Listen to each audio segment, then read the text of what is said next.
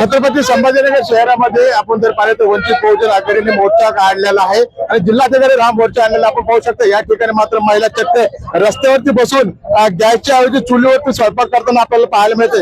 या ठिकाणी पाहू शकतो आपण लाकडावर, या ठिकाणी मात्र चुलीवरती स्वयंपाक करताना आपल्याला पाहायला मिळते। एकीकडे आपण जर पाहिलं तर दिवसांदिवस गॅसच्या संदर्भात मात्र मोठी टंचाई पाहायला मिळते। लोकांना गॅस मिळत नाही, पेट्रोल मिळत नाही, डिझेल मिळत नाही, त्यामुळे मात्र सर्वसामान्य नागरिक त्रस्त झालेले।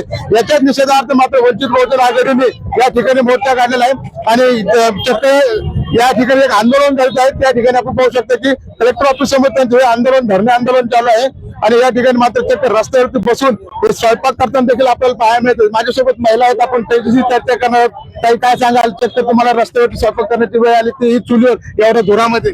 आम्हाला गॅस भेटत नाही। इथं कितीतरी दिवस लोक नंबर लावतायत, तर त्यामध्ये परत सरकार सांगताय की 25 दिवसानंतर तुम्हाला सिलेंडर मिळेल बुकिंगच्या नंतर, त्याच्यानंतर कधी म्हणतं 45-40 दिवसाच्या नंतर। आणि सर्वसामान्य लोकांची म्हणजे इतकी वाईट कंडिशन आहे आता सध्या की म्हणजे बरेच हॉटेल, छोटे रेस्टॉरंट हे सगळं काही बंद पडलेलं आहे। खाण्याची म्हणजे सध्या लोकांचे हाल आहेत, काय खावं काय नाही। 8-8 दिवस लोक उपाशी आहेत।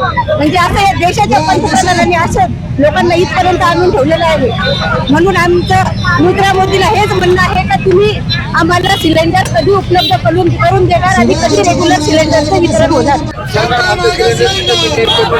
आता मग ते देशामध्ये प्रत्येक ठिकाणी लाईन लागलेली आहे, लोक 8-8 दिवसापासून ते सिलेंडरसाठी लाईन लावत आहेत। तर मग ते काय आहे, गरीब लोक तर काही मुद्दा जाऊन आपला टाइमपास करणार नाही, कामं धंदे सोडून। बरे अजून 2 बळी गेलेले आहेत सिलेंडरच्या लाईन मध्ये, सिलेंडरच्या लाईन मध्ये लागल्यामुळे 2 बळी गेलेले आहेत।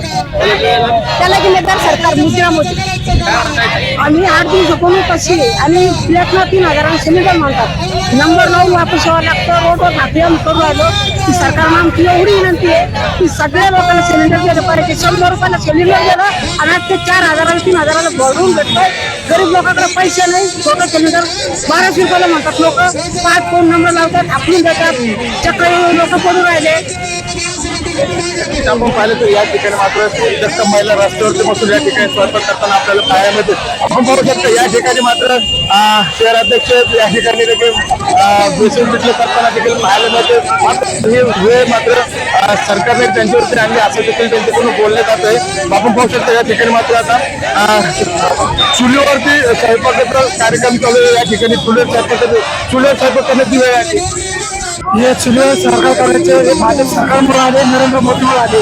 जी स्कीम या देशामध्ये चालली आहे आणि जे युद्ध चालू आहे, त्या युद्धामुळे जे भारतावर हे गॅस सिलेंडर तुटवणार आहे, ते महाराष्ट्र सरकार आणि दिल्ली सरकारचं भाजपचं काम होतं की त्यांनी त्या गॅस सिलेंडरचा योग्य साकार करून महाराष्ट्रामध्ये प्रत्येक नागरिकाला पुरवायला पाहिजे होता। पण आज जी अवस्था या भाजप सरकारने केली, नरेंद्र मोदीने केली, की नरेंद्र मोदीमुळे हे आज आमचे उपस्थित आम्ही रोडवर या ठिकाणी चटणी भाकर करतो।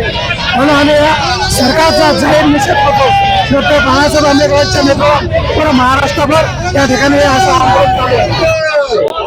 नक्कीच आपण पाहिलं तर राज्यभर वंचित बहुजन आघाडीच्या वतीने या ठिकाणी आंदोलन करते, कलेक्टर ऑफिसच्या समोर आंदोलन करत आहेत। एक प्रकारचा हा निषेध व्यक्त केला जात आहे की नरेंद्र कधी देणार सिलेंडर अशा नावाने मात्र एक स्लोगन बनवण्यात आलेलं आहे। या मोठ्या संख्येने या ठिकाणी मात्र महिला आणि पुरुष या आंदोलनामध्ये सहभागी झालेले आहेत। मात्र आता खरंच सरकार जे काही गॅस सिलेंडरचे जे काही पुरवठा, जे काही तुटवडा आहे, त्यामध्ये मात्र आता जे काही जनसामान्याच्या भावना आहेत, त्या भावना मात्र अत्यंत तीव्र स्वरूपामध्ये व्यक्त होताना देखील आपल्याला पाहायला मिळते।